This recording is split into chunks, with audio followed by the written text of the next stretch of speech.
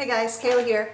I wanted to take a minute and make a quick video for you guys about credit because as a real estate agent, the topic of credit comes up all the time. And so I put together a little credit 101 that I think might be useful. So the video will cover what is credit, how does credit affect your ability to buy a home, and what you should do if your credit needs to be improved. So first, what is credit? Credit is your ability to borrow money.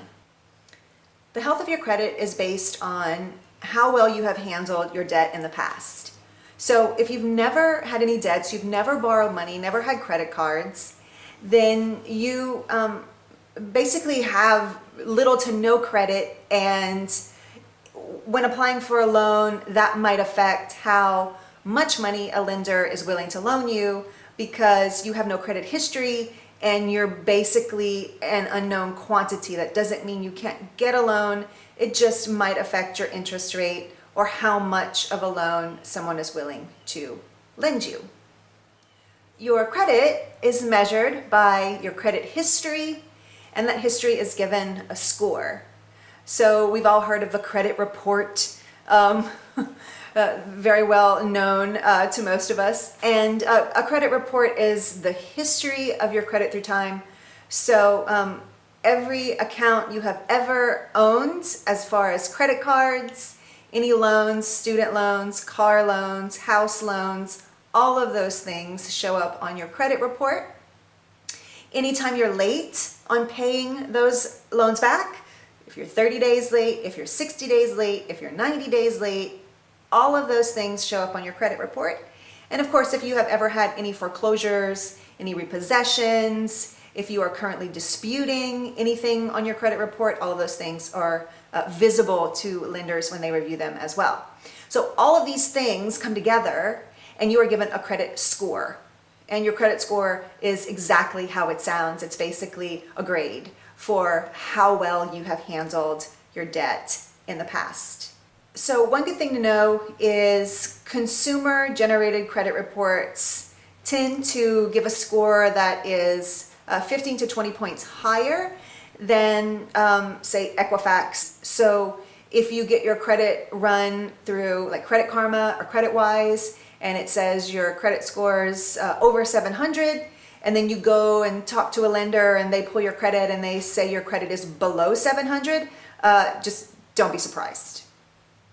So if you want to buy a house and you are not going to pay cash for that house, then you will have to get a mortgage loan, and how much of a loan you will get, what your interest rate is, your fees, all of those things are going to be determined largely based on your credit report and your credit score. When you visit a lender for a home loan, they're going to pull your credit report from the 3 reporting agencies. They are going to throw out the highest score, the lowest score, and they are going to work with the one that lies in the middle. It's good to know that credit is not the only criteria that a lender is going to use when evaluating you for a home loan. So things like how long you've been at your job or how long you've lived in your home, anything that shows consistency will work in your favor. It's not just your credit score and your credit report, although that does bear a lot of weight in deciding whether or not you should be given a loan. So if you want to buy a home now, then you will need to have a credit score of at least 640. Most credit scores are going to fall between 500 and 800, sort of the typical range for folks in the United States. If your credit score is below 640, you probably will not qualify for a home loan. From time to time, loans come available that do lend to folks with the credit score below 640.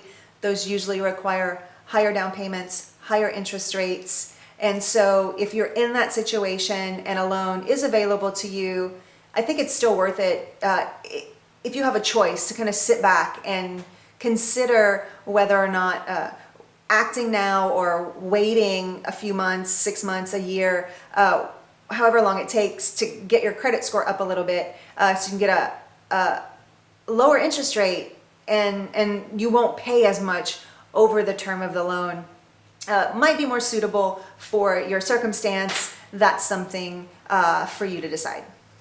If you have a credit score over 800, then your credit is excellent, and basically any lender on the planet will throw money at you. Congratulations. You have shown yourself to be very reliable at paying your debt, and so they're going to look at what is your income, what is the total amount of your outstanding debt, and that'll basically decide how much of a loan you'll qualify for. Good credit is based on a consistent pattern of paying off your debt in full, paying your bill on time every month, not being late, not skipping payments. That is what is going to establish a good credit score for you. If your credit needs to be improved, the best way to do that is to begin to establish those habits. So pay your bills on time, pay on all of your loans as much as you can, call your lenders, work something out with them. If you can't afford your minimum or whatever your payment amount is, it is more important that you show them that you want to pay. They will almost always work with you because they want to be paid. So this is the best way to repair your credit. And if you feel like this is really challenging for you and you would like some assistance, there are nonprofits out there that provide that exact service. They help you to review your credit report. They look at your budget. They help you come up with a plan, help you implement the plan, and then serve as sort of a counsel and an accountability partner throughout the process. This can be incredibly helpful. You do not have to go it alone.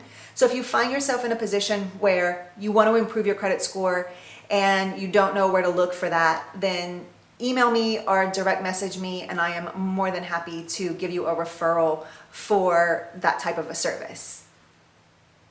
If something on your credit report is wrong, then you can dispute it, and you probably should. You shouldn't have something held against you that is there in error. There are services that will do that for you.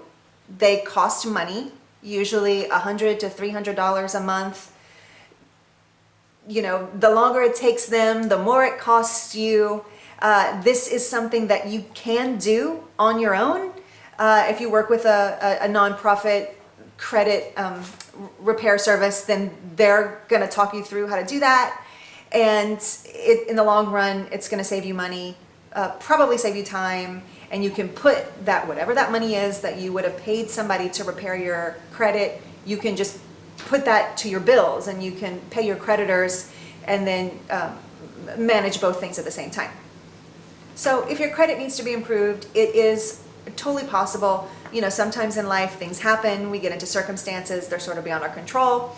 But if you work with your lenders and you do what you can, pay a little bit at least every month, then you are at least showing a consistent pattern of paying off your debt, and that is going to do wonders for your credit. If you have any questions about anything that I shared with you today, then please reach out, text, email, any of the social media platforms. You can message me there. I would love to talk with you, and that's all I got. All right, take care. Bye-bye.